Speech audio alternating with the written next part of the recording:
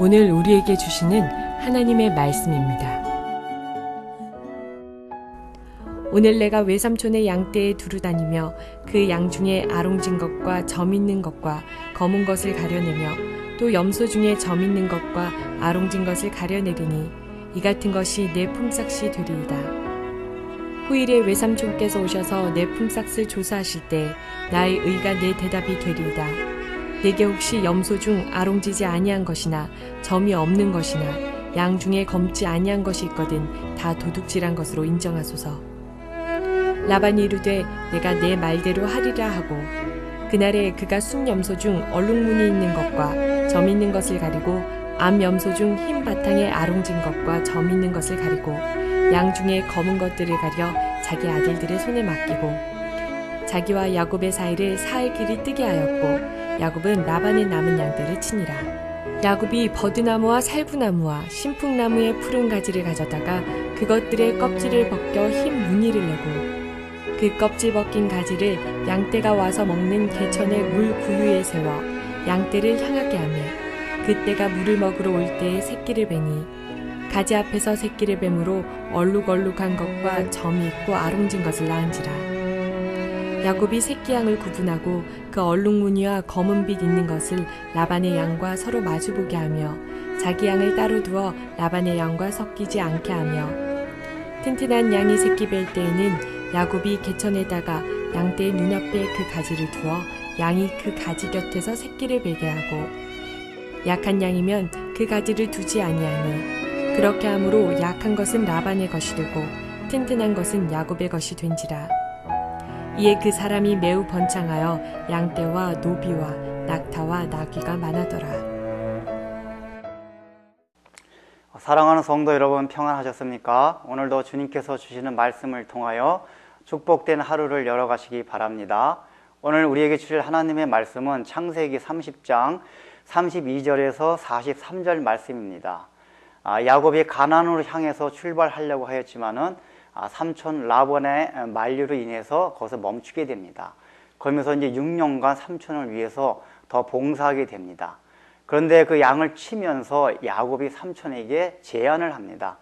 만약에 양떼들 가운데 점이 있고 얼룩지고 아롱진 것이 태어나면 다 그것을 내가 갖고 그 나머지 것은 다 삼촌이 가지십시오. 이것은 상식적으로 생각할 때 라반에게 굉장한 유리한 조건입니다. 왜냐하면은 양에게 있어서 흰 양이나 검은 염소 빼놓고 그렇게 얼룩진 것들은 거의 많지 않았기 때문입니다. 그리고 또 만일을 대비해서 라반은 혹시라도 얼룩진 것이 섞여 있으면은 그것을 통해서 그 많은 또 얼룩진 양이 나올까봐 그것을 떨어뜨려 놓습니다. 그래서 얼룩진 양들을 자기가 데리고 가서 3일 동안 먼 거리에 격리시켜 놓습니다. 그러면 양들이 서로 섞이지 않기 때문에 분명히 야곱에게는 얼룩진 양이 거의 태어나지 않을 것이라 생각하였기 때문입니다. 그러나 야곱에게도 생각이 있었습니다.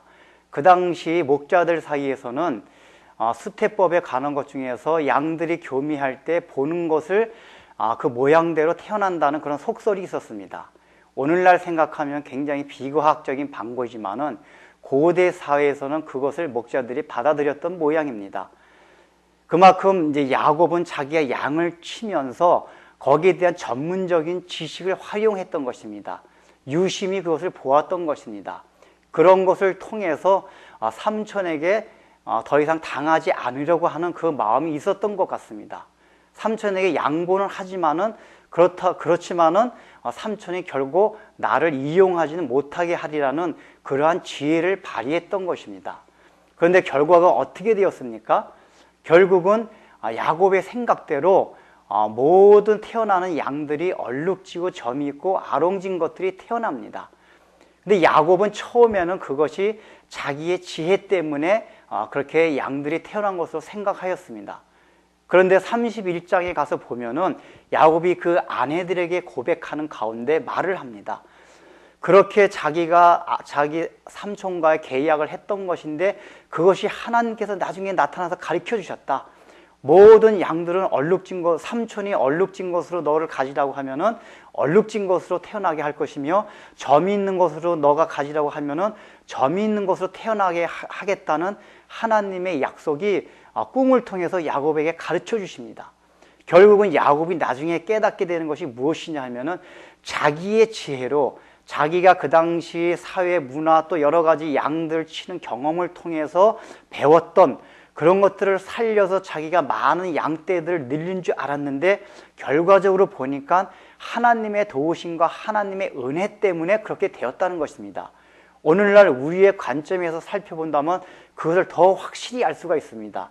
왜냐하면은 양들이 교미할 때 얼룩진 것을 본다고 해가지고 결코 유전자가 변하지 않기 때문입니다. 그건 그 당시 목자들의 생각이었을 뿐입니다. 다만 야곱은 그것을 당시의 전문적인 지식으로 생각하고 그것으로 생각하고 그대로 했을 뿐이지 실제적으로 그것 때문에 양들이 많아진 건 아니었습니다. 이걸 통해서 하나님께서 우리에게 무엇을 말해줍니까? 오늘날 우리가 살아가는 세상 가운데서도 세상은 결코 호락호락하지가 않습니다. 우리에게 모든 것을 내놓으려고 하지가 않습니다. 그래서 예수님도 우리에게 뭐라고 말씀하셨습니까? 뱀같이 지혜로라고 얘기하셨습니다. 그것은 우리가 세상을 살아가면서 그저 바보같이 당하고만 있으란 얘기는 아니란 얘기입니다.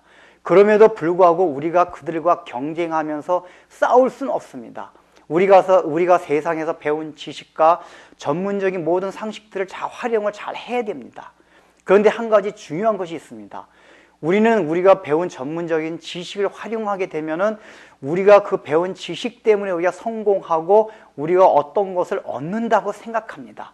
그러나 오늘 본문이 보여주는 것은 그것이 아니라는 것입니다.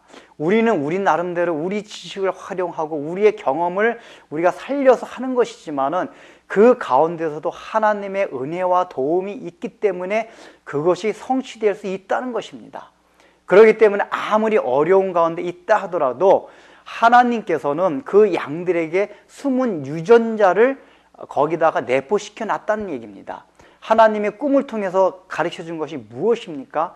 바로 너희들도 우리 모든 믿는 사람들도 하나님께서는 이 세상 가운데 그런 얼룩지고 점있고 아롱진 유전자를 다 숨겨놨다고 말씀해 주시는 것입니다. 다만 너희가 세상에서 배운 지식을 열심히 활용하되 하나님께서 그 유전자를 통해 가지고 너희로 하여금 풍성한 삶을 허락해 주신다는 꿈과 비전을 갖고 살란 얘기입니다. 세상에게 당하지 말란 얘기입니다. 당당하게 살라고 하시란 얘기입니다. 기도하겠습니다.